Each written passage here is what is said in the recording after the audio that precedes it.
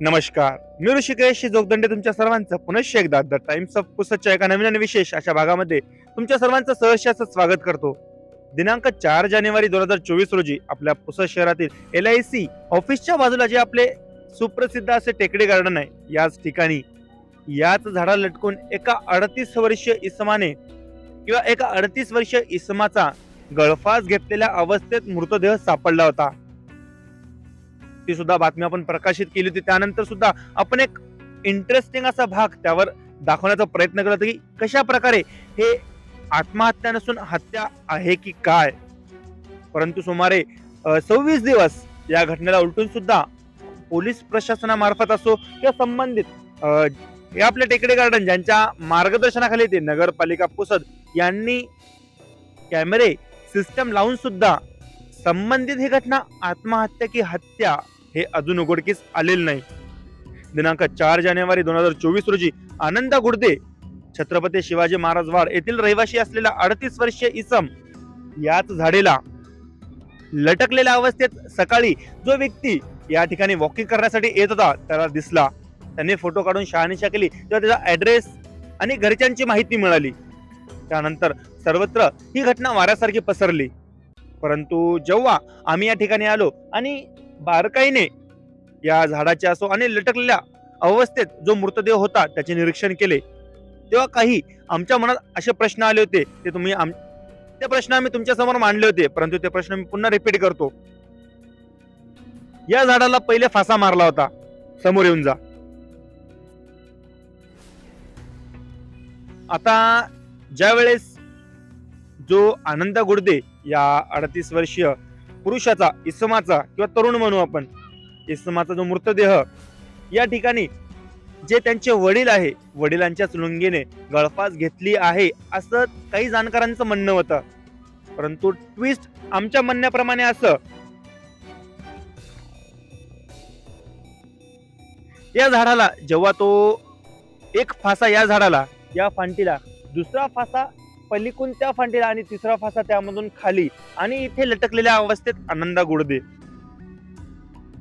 परंतु विषय असा जेही कोणी आता ज्ञानी व्यक्ती असेल किंवा ज्यांनी बारकाईने गळफास घेतलेल्या व्यक्तींचं निरीक्षण केलं असेल आणि जेव्हा मी संबंधित व्हिडिओ काढून जेव्हा काही चर्चा केली तेव्हा असं कळलं की जे काही व्यक्ती गळफास घेतात शक्यतो आणि बहुतांशी वेळी त्यांच्या जीभ ही बाहेर पडते, कारण की गळ्याला हा ताण बसतो मोठ्या प्रमाणावर. डोळे हे मोठ्या प्रमाणावर बाहेर पडतात किंवा मोठे होतात, त्यामध्ये रक्त येते, नाकातून सुद्धा रक्त येते. ह्या घटना घडतात किंवा जी जीभ आहे ती जीभ दाताखाली चेंदते.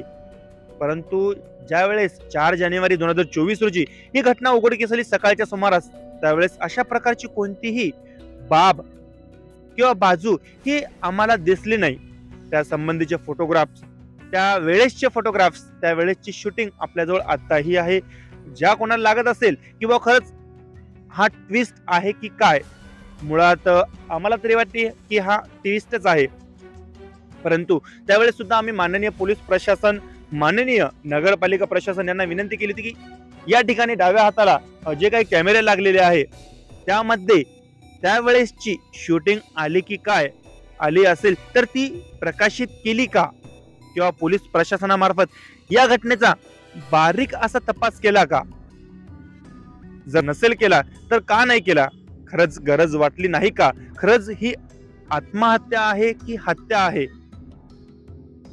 हा सुद्धा मोठा प्रश्न उपस्थित होतो.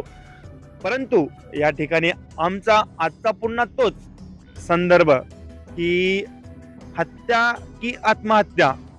शक्यतो ज्या पद्धतीने झाडाला गळफास मारला होता, नंतर समोरच्या फांटीला जे वेडे घेतले ज्या लुंगीने आणि नंतर जे लटकलेल्या अवस्थेत जो 38 वर्षीय आनंदा गुडदे होता, शक्यतो ती बाजू कोणत्याही प्रकारे आत्महत्या वाटत नाही.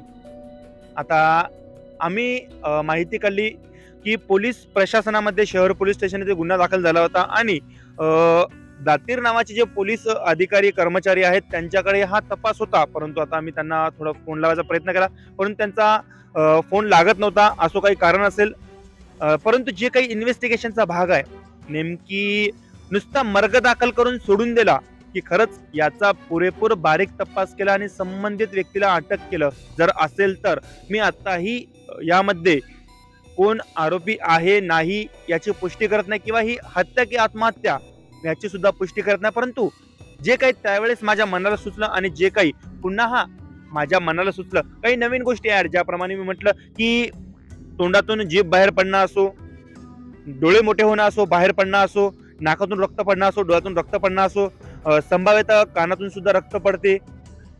ह्या ज्या गोष्टी आहे त्या गोष्टी त्यावेळेस झाल्याच नव्हत्या. आता या गोष्टींचा छडा पोलीस प्रशासन कशा प्रकारे लावणार किंवा लावला का? सगळ्यात मोठा प्रश्न तोच. जर लावला असेल तर ती बाजू समोर आली का? जर नाही आली तर का नाही आली? आणि जर आली तर ती कोणाला माहित आहे?